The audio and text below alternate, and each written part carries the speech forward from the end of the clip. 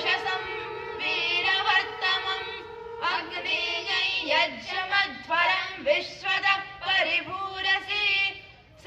देवेषु गच्छति अग्निर्भूचित्रश्च वस्तमः